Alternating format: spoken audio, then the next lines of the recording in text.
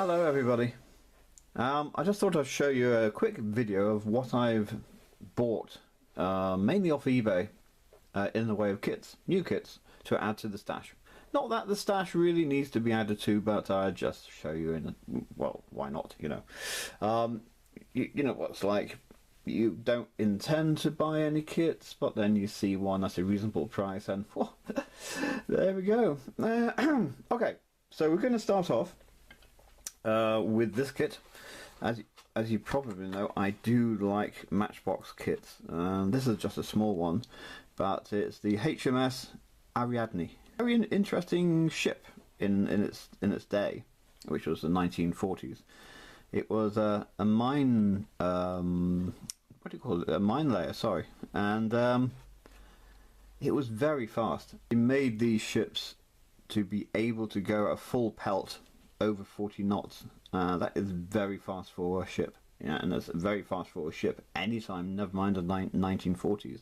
It's a good old Matchbox kit. What can I say? I've got what is it? Well, I know. I go on eBay and I see a Matchbox kit, especially the ones with the big panel, you know, with the nice graphics, lovely artwork, and if it's a reasonable price, i.e.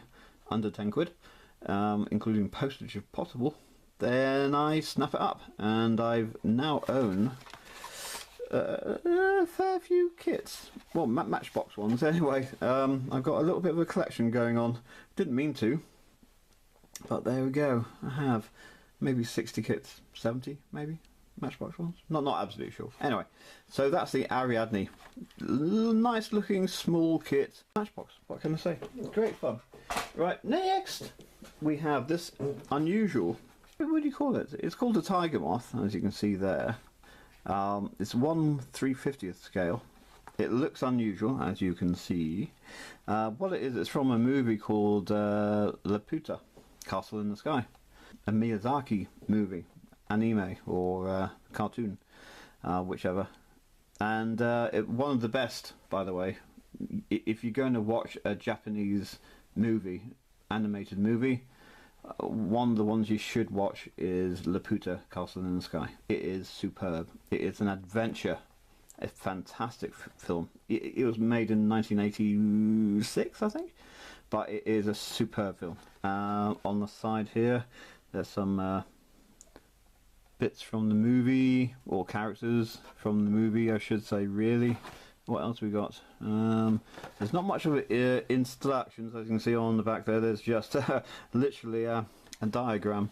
But as you can see, it's an unusual ship, but Miyazaki has always been intrigued by flying ships and all sorts of weirdness that flies in the air, yeah. And this is one of them, and it's actually a pirate ship in the movie. It's quite small, doesn't have any instructions, doesn't have any decals,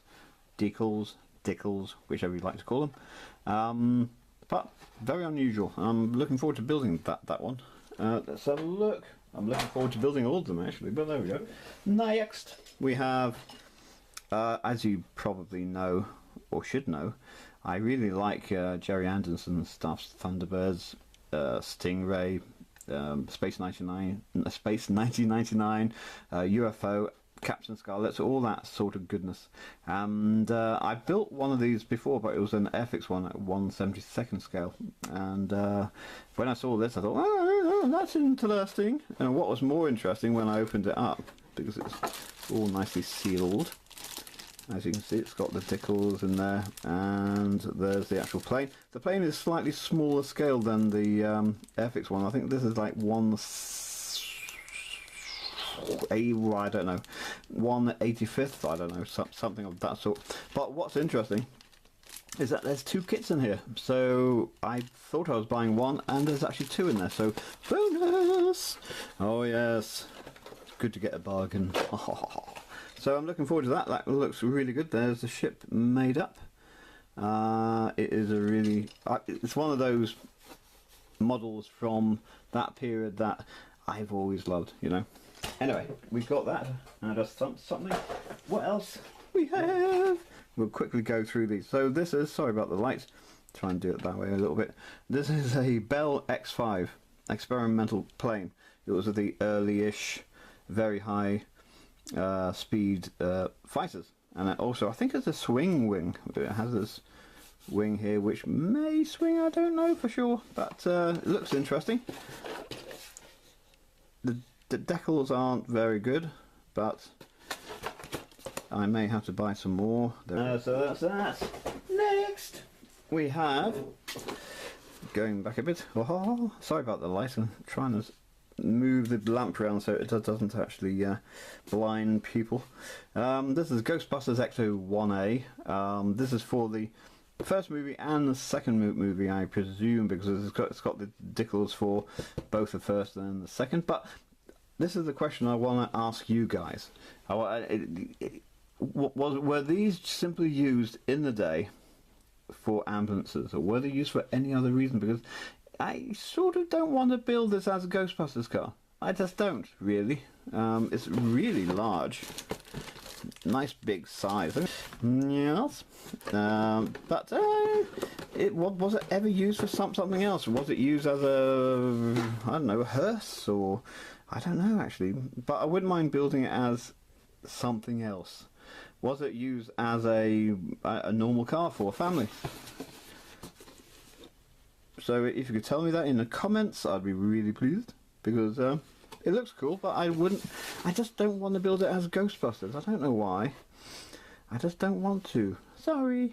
Right, next. Now this is an interesting one. Bit heavier. And this, yes, that's the lamp. I'm going to have to lift it up a bit. There we go. That should be out of the range. No, it's not. Never mind. This is a reboxing of a Hubley kit. Hubley kits were metal kits. I came across one before. I didn't build it. I actually sold it. And they're very, very flashy. The metal parts haven't been worked on. It's very flash everywhere, and you really have to work hard at getting it to be a decent build. But it's heavy, so it's die cast, I presume, or white metal, whichever. But it's it's one of those kits that you buy and think, I'll build that one day. Whether I do or not is another question entirely, but we'll see. Anyway, next we have this unusual one. Slide it in. We've got Wallace and Gromit from The Close Shave, I think the film was called, and it's Wallace's airplane. He's in a motorcycle sidecar which detaches itself and is heading towards the ground, and suddenly the wings pop out and he makes it into an airplane. Very strange. It's also got that gun there, so I was thinking of maybe building it as Wallace and Gromit's airplane, or maybe putting some World War II decals on it, and it's one of those interesting things. I really like that. Also, it comes at the back here. It's one of those kits that comes with those tiny little pots of paint, which are pretty useless, and some glue, which is pretty useless for me, but you never know, it's always handy to have that just in case. But that's going to be fun. Next we have now, as you remember on my last video stash thing, I actually managed to get the Batman Batwing from the same movie, and I was very pleased with that because I was searching for that at a reasonable price for a very long time, and I got this as well. This was, usually these go for £35 or so, but the box is pretty tatty, as you can see. Let's see if it's got any images in here. There it goes.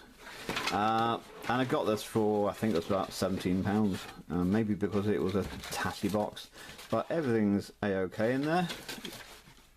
So it's one of those things that hopefully I will build. I don't like the thought of simply, putting these in the stash and they staying there forever. The whole point of the stash, I mean, I don't have a huge stash anyway. It's not enormous or anything of that sort, unless you count the baggy kits and the Matchbox kits. Okay, and the resin kits. Okay, I've got a decent sized stash. So well, there we go. Okay, so very happy with it. Good price. Enjoyed it. Now a couple cars. It's strange. I'm building a lot of cars recently. Don't know why, but well, I'm not building them. I'm simply buying the damn things. Oh, there we go. Anyway, this is a car from I think the 80s. It's a Tamiya, and I always like the Tamiya kits. A, because they're easy to put together. B, because on eBay they're actually quite cheap, the cars, for some reason. I don't know why. And this is a Subaru four-wheel drive Turbo XT Coupe, or Coupe.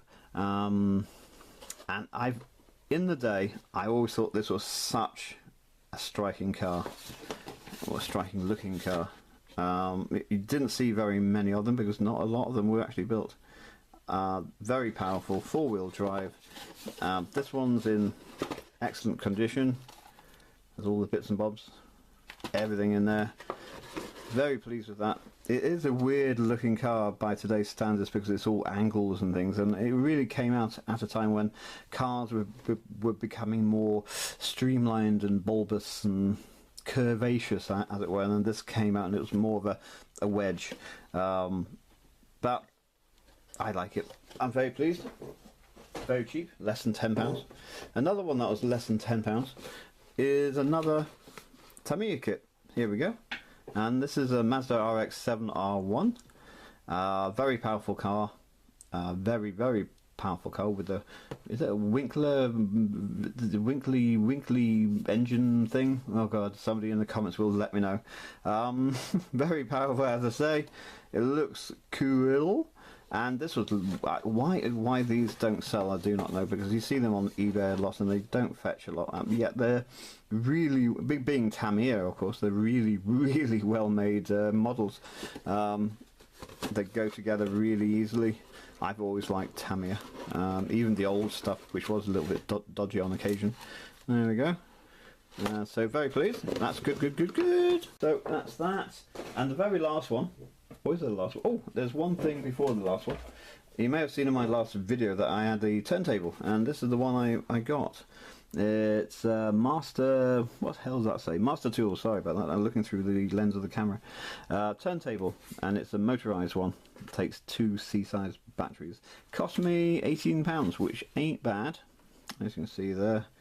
It's got the mirrored sort of turntable bit, which I'm not that keen on. I might cover that over with something else, something more greyish, more neutral. But, you know, it's nice. I've been thinking of buying one of these for a long time, and I thought, yeah, you know what, I need to get new lighting as well, as you may have guessed in this video. It's not the greatest thing in the world. And also, maybe new camera, although this camera is really, really good. But I see other people's videos on YouTube and I think to myself, well, they do it at a different angle to me, and they from above and one side and all things, and why don't I do that, you know? But I don't. I just got this usual thing here with all the bits and bobs on, TV up there. I'll have to show you my desk one day. That'd be interesting. Anyway, the very last kit I got is a biggie, so I don't know if it will fit in, but we may have to scroll out of it. There, or in the vent. Is that as far as it will go? Bloody, alright. So, this is a TDF P01. Now, as you can see, that is one unusual car. But this is, as you can see, is an amazing looking car. And this is an amazing looking photograph on the front. I just love this thing. It actually comes from the Terrestrial Defence Force, which was part of a TV show, I think in the 70s. Mega Man, is it Mega Man? Ultraman, I always get that wrong. In fact, I liked it. I used to watch those all the time because in Britain they used to show them daily. All the Mega Man, I can't remember, it's Ultraman. It's Ultraman, isn't it? Silly me. Ah, dear me. And here's me being a little bit of a Japanese file.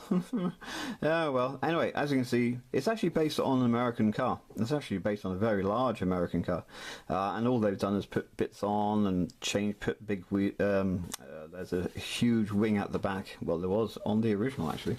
And let's have a look on the back here. As you can see, it's very strange. I don't think I'd actually watched this particular TV show. I've seen bits of it, but the one I used to like was Ultraman.